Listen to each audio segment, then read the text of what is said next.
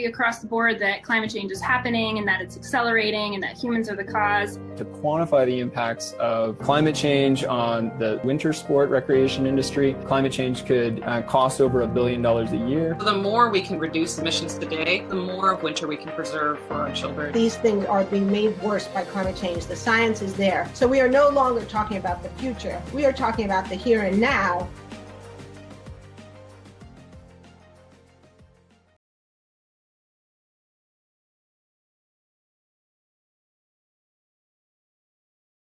Hello, everybody. It's kind of weird to be talking at a screen, but thank you all for joining in and going back to school here with Protect Our Winters and learning more about the effects of climate change here on the East Coast. I have been spending the summer in Maine, and I normally hail from Salt Lake, but I've been on the East Coast this summer, so we'll intro these guys a little more in a bit. This is Seth and Katie, some regional climate scientists. And so, yeah, I've been here in Maine. It's been epic. I've been cruising around I just bought a sailboat. And so I've been exploring the coastal regions of Maine all summer.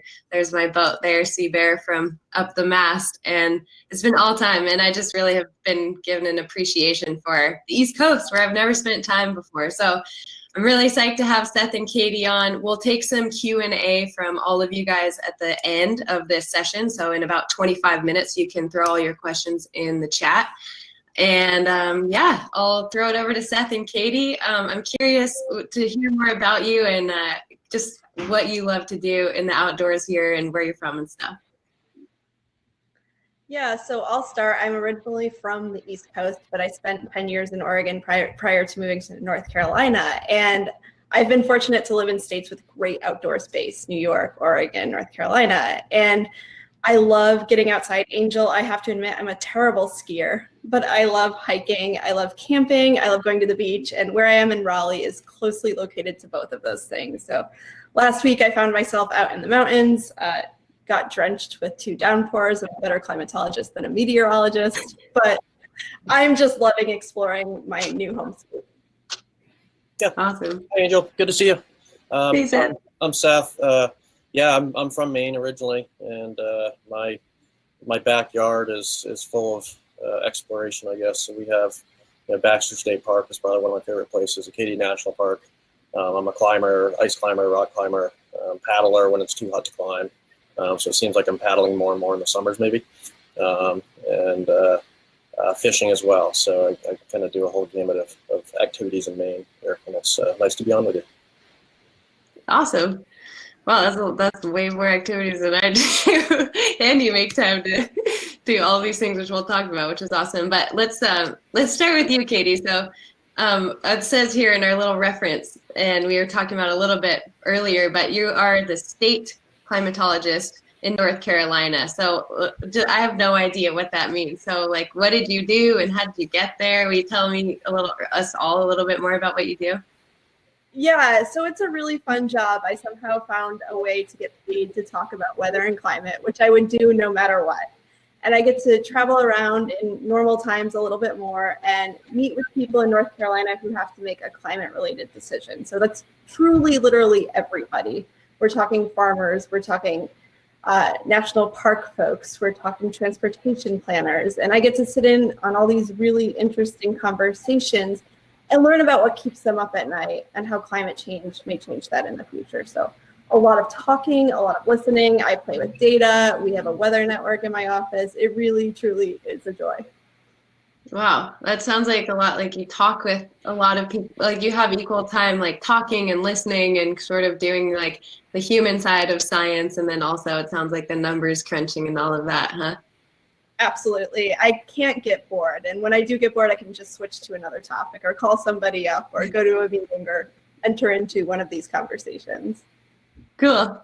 Okay, Seth, so you are an associate professor at the University of Maine. I also know you, will you tell us a little bit more about that? And also it was something with the Juneau ice field, but I am totally butchering that. So take it and run. Yeah, sure. I wish I'm an assistant professor right now, so hopefully I'll be in the associate world shortly. But I've been at UMaine for the past 3 years as a faculty member, and I teach a glaciology course here, and I also run a program. I'm the director of the Juneau Icefield Research Program, which is based in Alaska, and we have about 80 participants, give or take, every year. Next year it's probably going to flux up to about 120 to 130 people next year, and a number of them are students, basically coming from across the country to learn about climatology, meteorology, glaciology, kind of Earth system science, how different systems of our planet kind of work together. And we have scientists coming from around the country as well that kind of help the students learn by actually doing legitimate field research. So those are my teaching components through University of Maine. And then the vast majority of my time I spend actually doing research, and my research is focused on glaciers and permafrost and how glaciers and permafrost are changing over time as a result of climate change. So most of my time, I'm kind of a field scientist. I spend time in Antarctica, Alaska, Greenland, Canada, any place cold. I winter in Antarctica. Okay, so you like being cold then? No. Not necessarily. You just do a lot of it. Oh, wow. I have warm jackets. Yeah, perfect. So when you guys, well, Katie, after this, I want to jump to like your climate change 101 chairlift pitch, but I'm curious, like with both of your guys' work, it sounds like, maybe I'll pitch it to you first really quick, Katie. I know. Yeah. So when you are talking and consulting with all of these people, do you find that it's like general lay people, or do you find it's people that know a lot about like climate science? I'm just kind of curious, like what the general, like the people that you work with and how much they know about climate science, or how much you have to inform them. Like, what's that like in your field? Yeah, that's a great question. So there's a range, and I serve 10.5 million people in the state of North Carolina. So I will do public events where folks are coming in and maybe nobody has talked to them about climate change before. We hear that a lot. People in rural communities don't have access to universities or scientists, and they're hearing about it for the first time. I'll work with state agency folks who are really technical scientists who understand biology and engineering in a way that I never will. And they understand the nuances of climate change and climate science, but we're usually helping them out a little bit more with observations or future projections. So it really does span, and you really have to learn how to work with your audiences and talk with them each a little bit differently. Mm-hmm. And then, so Seth, it sounds like you're pretty much geared in like climate science nerd field, like you're with sort of experts or people that have like dedicated their lives to studying it, right? Or do you have to do a lot of communication? Yeah, I mean, certainly a lot of people are certainly dedicated to that. That's what their focus is. Where I'm at UMaine, it's called the Climate Change Institute. So we've been around for decades. It was started by a gentleman, Hal Barnes, I believe in the 70s. So it's been around a very long time, and we have scientists from a bunch of different fields, everything from hard sciences, math, physics, even engineering to anthropology, studying human dimensions and how humans are impacted by climate change. It's a pretty unique environment to work in because you have such a range of people that come from different backgrounds, and it's pretty enjoyable in that regard. And I think that's a kind of important when we think forward. We kind of have to do more of that because everyone's impacted by climate change, regardless of where they're at. Of course, people that have less are disproportionately affected by climate change. So that kind of means we really need to work on that aspect of climate change as well. Yeah. I always find when I'm surrounded by people that are also fired up about making a difference too, it just invigorates me to keep the ball rolling and keep be more engaged politically or whatever it is. So it's kind of cool to be with, that crew. But so Katie, I'm curious, what if you so if we were to be on a chairlift together and we had 3 minutes or so, what is your climate science 101 pitch, or do you have one? Now's your chance. Go. So if I'm going up a chairlift, I'm going down on my bottom. But what I would say to you if I encountered you on the trail or at a lake or on the chairlift where I'm going down is that we really need to look at a number of different things. We're taking observations, we're measuring temperature and precipitation, and that's a lot of the work I do, but that doesn't necessarily resonate with folks. So we need to understand how the addition of heat trapping gases into our atmosphere is impacting the spaces that we love. So we've seen snow and ice decline, and Seth can talk more to this. We've seen more extreme precipitation. Where I live in North Carolina, we're seeing hotter nights for sure. We're seeing the impacts of climate change on the coast here in North Carolina and the Outer Banks. The main road, NC-12, closed down today because of overwash and flooding. So we can look around our landscape and see these impacts that are created by what we're doing to our planet. We're burning fossil fuels, and that doesn't just mean you driving your car from Salt Lake City to Maine. It's collectively what we're all doing, heating our homes, running factories, driving our cars. So it really is a big global problem. We're all in this together. Kathy, I have a question for you, actually. Do you talk much about climate fingerprinting when you're kind of talking about climate change at all, and how we know about what's going on from the climate perspective? Yeah, so by climate fingerprinting, you mean attribution. Yeah. So was this weather event made more likely due to climate change? And we know we're changing the background state of our atmosphere. One of the analogies I like to use is that weather is your mood and climate's your personality. But we're really changing that personality to have a lot more bad mood days. And it's not very productive to point to a hurricane or a fire and say, did climate change cause this? But we know that climate change is making these things worse. So that's what we talk about, that every event has a chance of being much worse than it would have in the past because of what we're adding to the atmosphere. Seth, you got anything to add on to we got a minute left on the chairlift? Yeah, no, I mean, the thing I just brought up, the climate fingerprinting, the thing that always pops into my head is specific. Kathy kind of pointed out the point of these attributes that we know kind of have this signature that it's something that we have caused specifically, and one that stands up to me that I frequently mention is the lower part of the atmosphere is warming up a lot faster. It's not continuously the entire atmosphere. The upper part of the atmosphere is actually cooling, and that kind of suggests the whole greenhouse gas effect. So that one right there is something that we call a climate fingerprint that we're causing from that CO2 contribution. So that's an easy one that I usually point out to people on a chairlift or hiking or climbing. Mm-hmm. Oh, that's cool. I didn't realize that. Okay. Well, now that we're sort of briefed on that, and I really like the like mood versus personality thing. I like the easy sort of metaphors that are relatable. So thanks for that.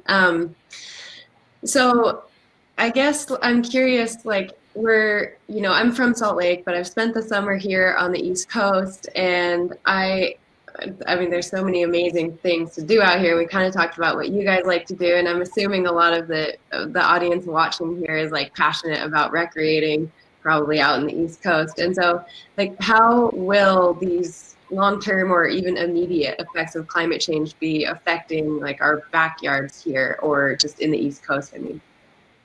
And also, really quick, before you jump in, I kept saying Katie, you guys, totally messing it up. I'm sorry, Kathy.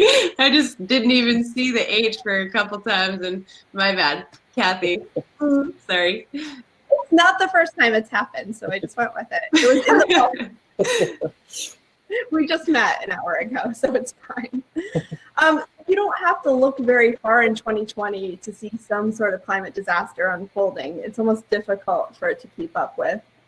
We have the fires in the West, we have Hurricane Laura, we have all these Atlantic hurricanes and tropical systems, we have extreme rainfall in the North Carolina mountains.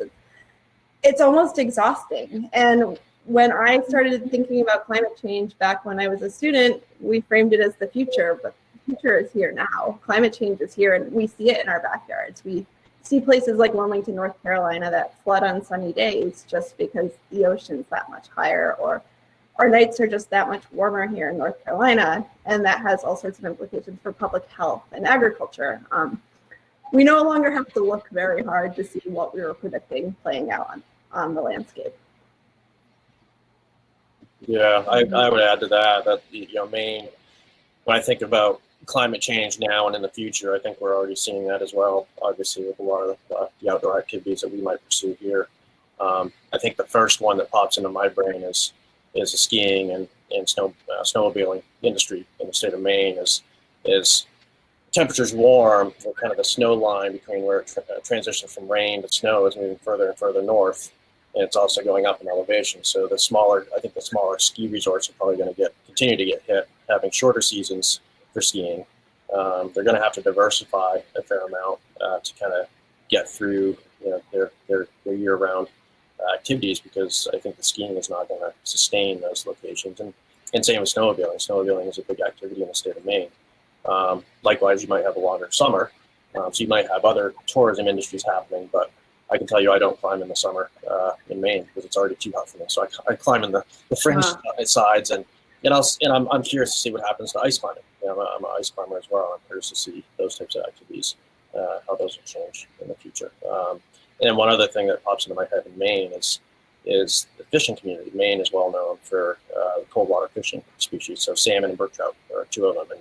And as the freshwater warms, the brook trout are stressed more and more, I think. And that's a concern with encroachment of warm water species like bass entering their native habitat. Mm-hmm.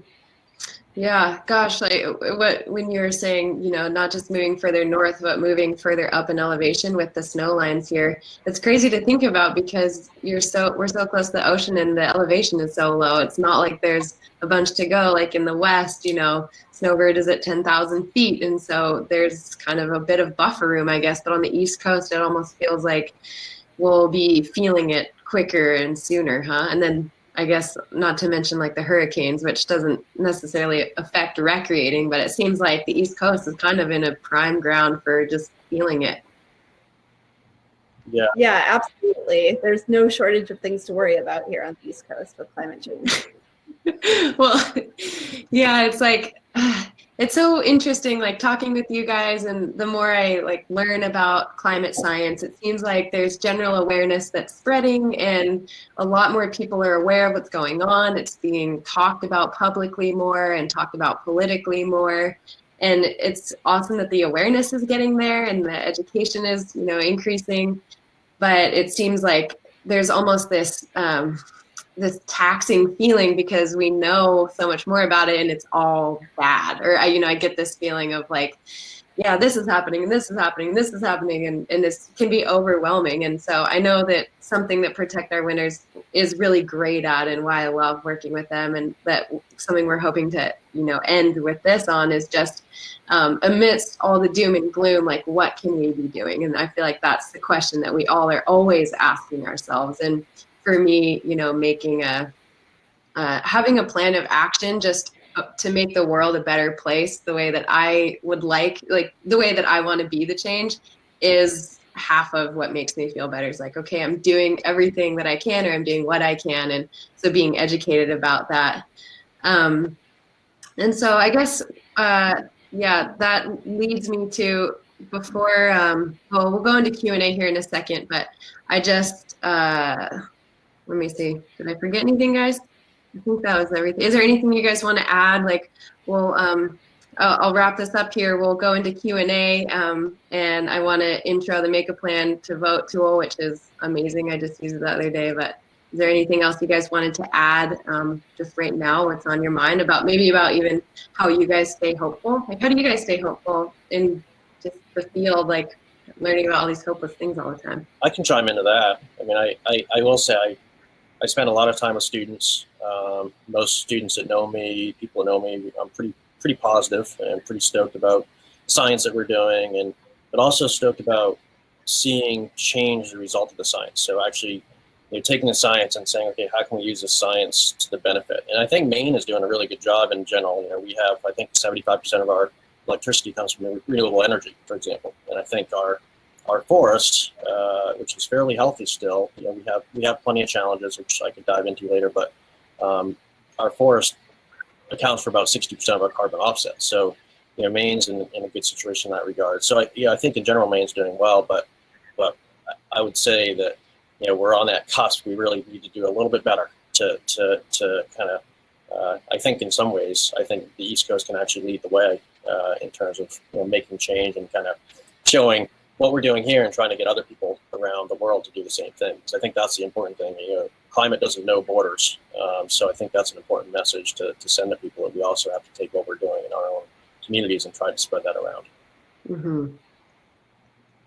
Yeah, for me, the importance of the outdoors became so apparent these last 6 months. It's a place to escape from work because work is now my home and home is now work, and a safe place for me to connect with others, but also my environment. So every time that I have felt stressed by work, and I have a very cool job, but some parts of it are pretty stressful, including talking about the disasters, I get outside, I go for a bike ride, I go for a hike, I go for a run. And I think protecting that, because things aren't getting any easier, is so important to me, partially out of purely selfish reasons, because I need it to be there, because I want it to be there for other North Carolinians for generations to come. And I think we have a moral imperative to do the right thing. And like Seth, I think states are stepping up, and North Carolina is one of them. We're not a state of climate deniers, no matter what you heard on a Colbert show maybe 7 years ago. And we have an executive order, and we're thinking about real climate action. So what gives me hope is that I'm working with some of the best people on this issue, that I get to have conversations with folks like you guys, because talking about climate change is pretty much one of the most important things that people can do. Talking with your friends, your neighbors, when you're on the chairlift, when you're at the grocery store 6 feet apart. So for me, there are tough days. It's very hard for me to see what's going on in Oregon after spending 10 years there. But I have to keep fighting, not just for me, but for future generations. Are we left unmoderated? I know. Did we lose our moderator? Entirely possible. Well, we can take a question. We have some questions here, so we can chime in here real quick. So there's a question here, Kathy. It says, "Why did Seth and Kathy pursue climate science as a career path?" You want to go with that one? I'm curious. Yeah, so I always wanted to be a meteorologist, and it turns out you have to be good at forecasting to be a meteorologist. And I am not, and I was not, as evidenced by my camping trip in the rain last week.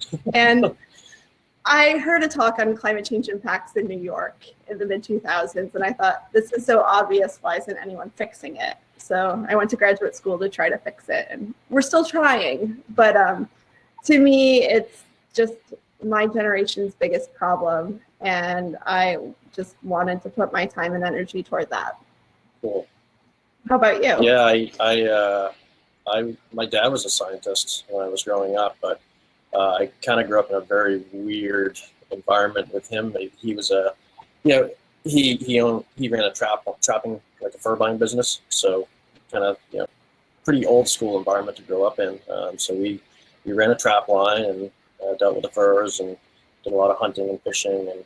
But he was also a scientist working in the state of Maine, and so I was introduced to science at a pretty early age, putting radio collars on beavers and looking at loons and their impacts of water level fluctuations from hydropower lakes going up and down, stuff like that. So it's pretty interesting to grow up in that, and I just kind of shifted into climate sciences as I progressed through school. I was a climber, and I realized I could kind of put some of my outdoor skills to use in the glaciology world, basically. Very cool.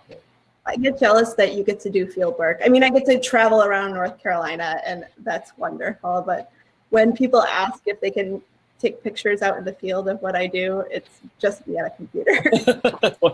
well, I would trade some of my field work sometimes. It gets tiring after being, you're gone 4 or 5 months a year, every year for the past 13 years. It's a long time to be away. So I'm trying to train the next generation as much as I can. So I see another question here. Okay, for me, in my opinion, how do we get the outdoorsmen and women to join the cause? Do you have any specific examples that I can use when talking to these user groups? Sure. So, I think these are hard questions, and I think the reality is, just about everyone that I grew up with, they understand climate change. They understand things are changing. In fact, they have a lot of information on how things have changed. Prior generations that you would say are truly outdoors people. They have that historical knowledge of changing environments. So I think, but people are also inherently concerned about how it's going to impact them. So I think starting the conversation with actually asking them questions is probably the best approach to kind of find out what they've experienced over time and find out how things are changing. That seems to be a strategy that I think is probably the most effective, because if you start with a tack that's like kind of, this is what's going to happen, it's almost like an attack, and that can be pretty intimidating, and people automatically go into defensive. So I'm curious, I'm sure you've had this experience of having conversations that are difficult to have, Kathy. I have, and a lot of it is relationship building. No one is going to listen to you if you come in hot and screaming, "This is your fault, fix it." And I find that most people are acting in good faith. There's 10% of the population, as per the Yale climate change study, that is not, and they don't get my time or attention. But I think people who are genuinely curious, because they're not thinking about climate change all the time, connecting on a shared value. So maybe I don't hunt and they do, but we both like this certain area in the state, or we both, want to have access to this specific forest, and forest fires and droughts and floods will make that difficult. So I think starting on the personal level, like we did here, and then getting into the impacts is how to work with folks like that. Yeah, I assume North Carolina is pretty similar to Maine, where you have kind of the combination, quite a mix from kind of an outdoor community, is I don't know how I would phrase it, hunting, fishing type of communities that live off the land or are native to working on the land, similar to Maine does. And I know the community that has traditionally been hunting, fishing, traditional forest use of the state of Maine. I know there's some stress there from outsiders kind of telling them how to live their life, and I think that's something that's a legitimate concern. I think people need to be able to be open to actually communicate and talk with each other a little bit about those challenges. Angel, welcome back. Yeah, welcome back. Sorry, my computer did the auto update and the whole thing shut down. So, yeah, my bad. But you guys have been crushing it without me, so good job. We're having fun. There was another question that was asked for Kathy here. I don't know where it went. Looks like they deleted the ones that we already covered. Okay, so here's another one. So as climate scientists, how do you talk to lay people without overwhelming them? And how do you instill enough hope to foster action? I think my answer is pretty similar to my last answer, connecting on some shared value. I think also people can tell when you're not being genuine. I think connecting with groups where you're already in the community is so important. So while I'm the state climatologist, I'm not always the best messenger. So sometimes we work with groups like Sea Grant and the Extension Cooperative, and they're the folks who live in the communities and know folks and can connect on the issues that really matter, and they're also a trusted messenger. So I think knowing when I'm the person to talk has been really important, but also, just talking with friends and family about how last year was North Carolina's hottest year on record, and the year before was the wettest year on record. And we're knocking down all these records, and we're having all of these hot record days, less of cold ones, and just a little bit of that sprinkled into a dinner time conversation, I think really does matter. Yeah. I would agree with that. Yeah. Absolutely. I don't think I can add anything to that. That sounds pretty good. Yeah, that was well put. This is a good one from Barry. The recent fires in California have been devastating. The message gets confused when they refer to climate change as a cause, not a contributor, making things more extreme.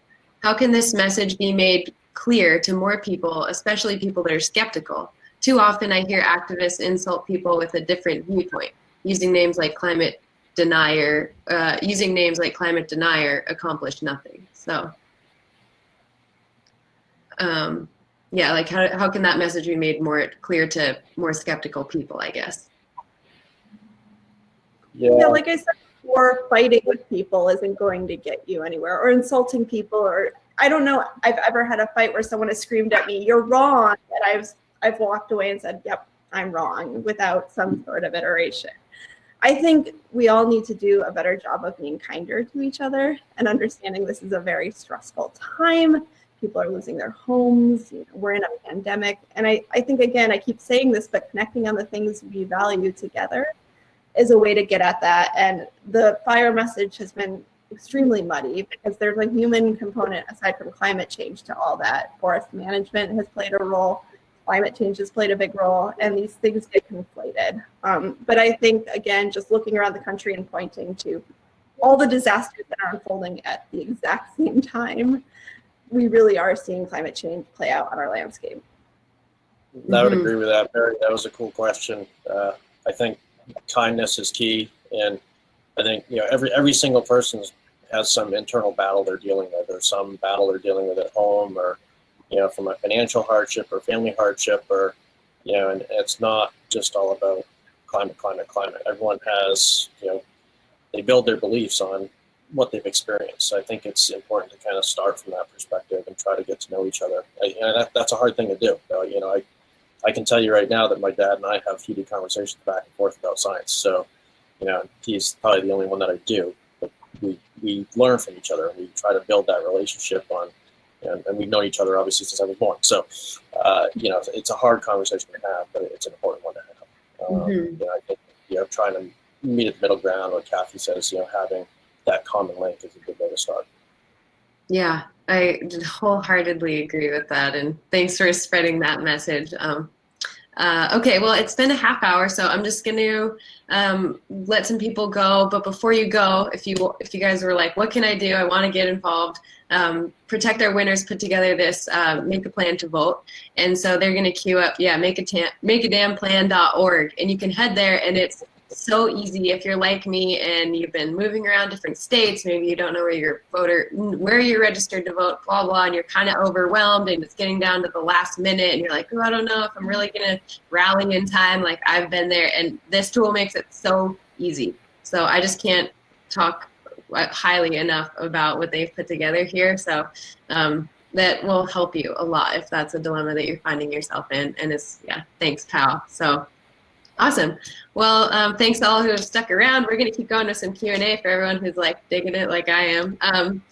And I guess I just wanted to touch base on that last question, especially like in the age of social media and being kind to each other. And, my primary role is like a social media influencer athlete sort of now. And I just find you can't get deep enough in social media conversations to really have those connecting conversations. And I feel what both of you guys were saying, where it's almost just about being kind. And I feel I've been trying to find that line of taking the stance and speaking up and spreading awareness, and also not responding in such a way that just brings people's swords out and gets to fighting, because that's so easy and you don't have the time to deconstruct and connect on values. So I just use social media as like a swords down opportunity to say what I feel, but to listen and be like, oh, that's really interesting, and to mean that. So anyways, okay, this is a question from Austin. And he said, what's the future of being able to model localized impacts of climate change? Global trends go one direction, but certain localities could see more moisture, more snow, etc. Do you expect the resolution of climate models to improve much in the near future? Seth, do you want to start? I feel like this is all you. I'm a glaciologist. Yeah, so global climate models are hugely coarse in their resolution. So really big grid cells, just a couple cover a state. And we know that doesn't show topography very well. Here in North Carolina, we go from sea level to 6,500 feet across our state. One way of making them a little bit smaller is through downscaling, either through another model or a series of equations. And that does a better job because it adds in some of that topography and some of those microclimates that we understand. Science is constantly getting better. I'm amazed when I look back at my career and what we know now versus what I knew then is so huge. And that's one of the coolest things about being a scientist. I will say that I work with a lot of planners, city planners, local planners. We know enough to start making some changes. Engineers definitely want a very specific number, design this bridge to this level, design this culvert to this level. But a lot of the things that we can do, we know enough just by saying North Carolina is going to warm 6 to 10 degrees by the end of the century, and starting to think through that. So I don't think we should let the resolution of global climate models be our limiting factor. It certainly can get better and will get better, and there are so many folks who are much smarter than I am working on that, but we know a whole lot, and we know enough to act. And I can add one thing to that. I think models are as good as field data, data that's being put into the models too, right? And I think one thing that we are trying to do as a collective group from the science community is do a better job incorporating those field observations into as inputs locally. So a good example that dozens of scientists just put out the climate assessment report for the state of Maine, and one of the comments in there actually mentioned specifically, should we we really need to know more about the snow hydrology across the state of Maine. How much snowfall is going across the state of Maine. Well, how can we do that? Can we incorporate kind of citizen science activities across the state of Maine? Because that water has a huge impact on the agriculture across the state. It has a huge impact on the fisheries across the state. It has a huge impact on the coastal processes as well, because that water runs into the Gulf of Maine. So, having that insight, that field insight is pretty important. So the more we can kind of incorporate those types of observations, the better off we're going to be in the future. Mm-hmm. Yeah, so that kind of directly leads into another question that is for Seth, and he's or from Hunter to Seth, and he's asking, how do glaciers receding in these faraway places impact us here? That's a really good question, Hunter. I spent a lot of time in Antarctica, Alaska. Alaska is the most rapidly changing glacier system on the planet in terms of mountain glacier systems, in terms of retreating. And the Gulf of Alaska, the ocean circulation processes there, working their way all the way to the Arctic. Likewise, the coast of Greenland is rapidly changing, losing mass in Greenland. And that Greenland water comes down the coast all the way down towards Maine. And then, of course, we have processes in kind of the mid-latitudes with the ocean circulation working its way up towards the coast of Maine. So those ocean currents are basically changing as a result of meltwater fluxing into the ocean. And that change in ocean currents is changing everything from fisheries, where fish go, thinking about fishing, people having to fish further offshore, for example, because temperatures are too warm inland for certain species. Species flux, species that weren't previously in the state of Maine kind of moving their way north, and species that we like lobster, kind of working its way further and further north. So those are the types of things that we see, as well as my projects that I'm on in Antarctica. One of the things we're working on is this glacier called Thwaites Glacier, which you should look it up. It's a cool glacier to check out. But there's major concern because Thwaites Glacier, there's been thoughts that as far back as the 1980s, that actually 1970s, that Thwaites could theoretically cause a catastrophic collapse in West Antarctica.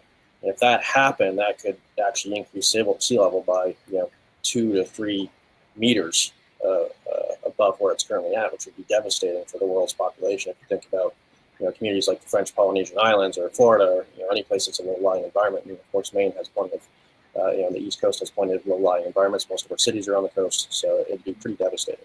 So we're spending a lot of time focusing efforts on looking at those types of glacier systems. Yeah, and is there anything I've heard also about the changes in salinity? Is that a thing, like with how species that live in certain environments, like as more of these ice caps melt, does it change the salinity and how species are, like how happy everyone is where they're living, or if they need to move, or can they move? Seth, you want to run with it? I don't know much about that. I do know that ocean water is infiltrating land here in North Carolina and making that more saline. So farmable land is no longer farmable.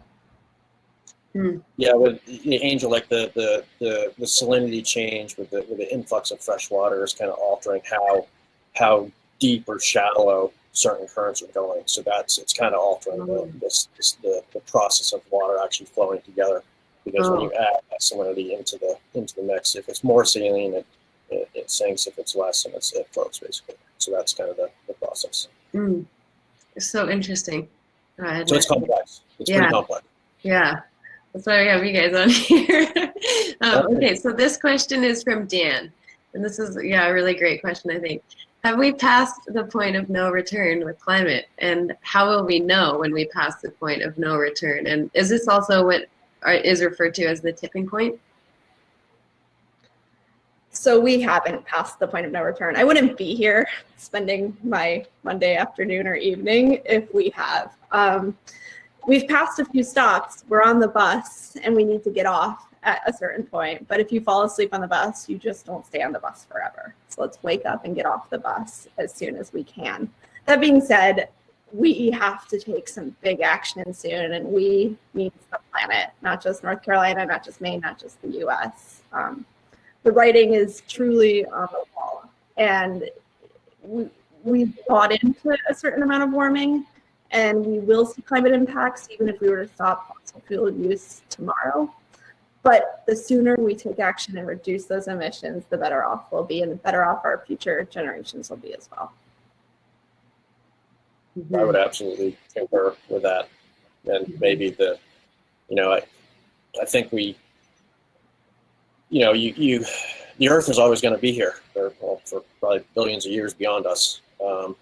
So it's when you say point of no return, it's just going to get more and more difficult for us to manage some of the situations that are popping up. Things like biodiversity. When you're looking at risking 30 to 40% of populations of different species being eradicated and becoming extinct, that becomes a major issue for us.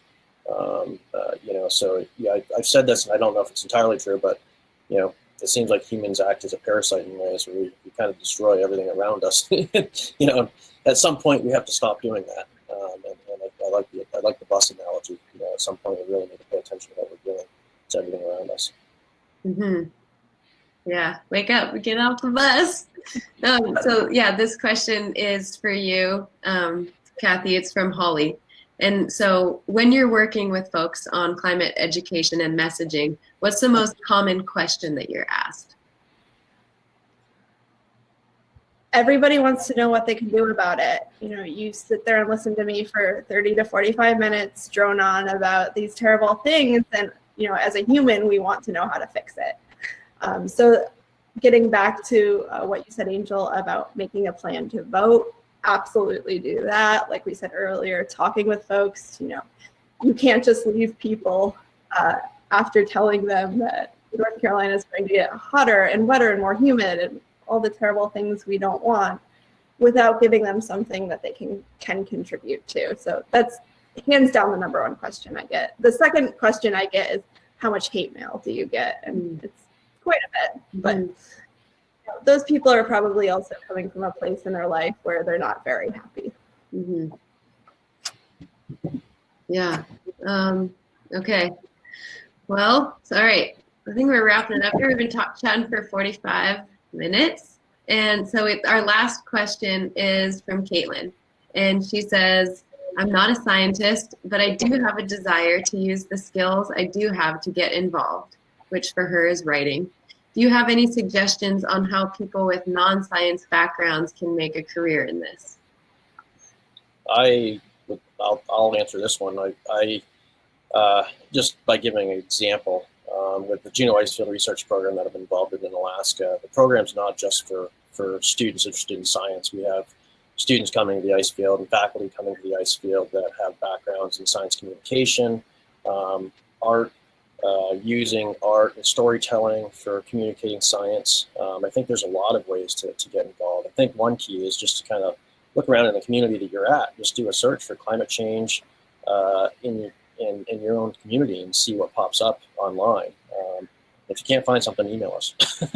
Because I think the other thing I'd like to see more and more of these days is people collaborating with each other on bigger, broader ideas. And I think this community's kind of the citizen science initiative is probably the way of the future to make things happen and to make things change. That's why I'm with POW and working with the groups that I work with, because I think that's an important way. We have that skill, that ability to kind of merge our forces together to make a difference.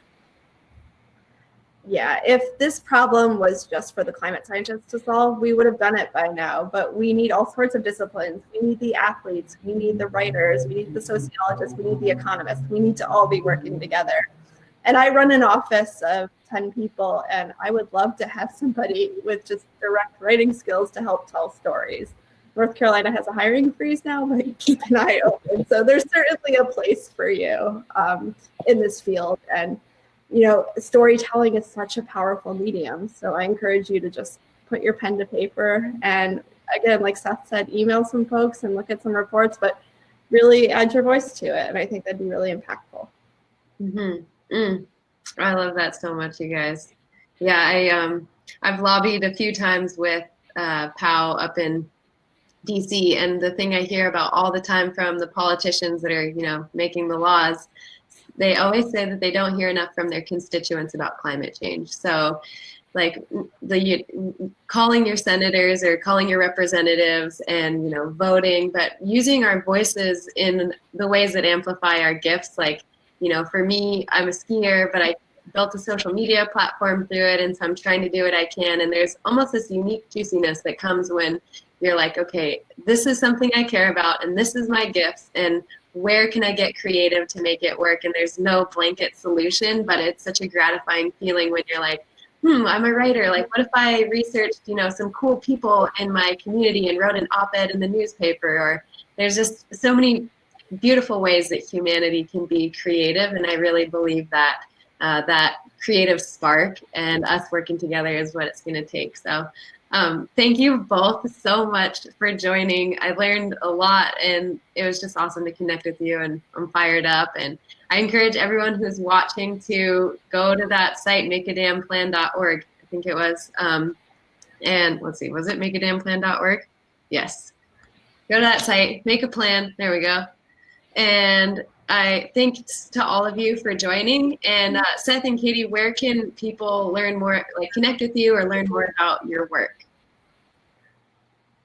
So I'm on Twitter at Kathy Dello, KATHIEDELLO, and the North Carolina State Climate Office is where I work, and it's at NC State University. Sure, and you can find me at the University of Maine in the Earth and Climate Sciences or Climate Change Institute. If you just go to their website, type in my name, Seth Campbell. The other option is you can go to the genoicefield.org website, and you'll find contact information there for me as well. Awesome. Well, thanks to you two, and everyone, I'm going to leave you with a video, and I hope you all have a great night. Hope you all use that tool, get out, make a plan to vote, and thank you so much for joining us. Thanks, you two. Thank you all. Good to see you, Angel. Bye. See you. Okay.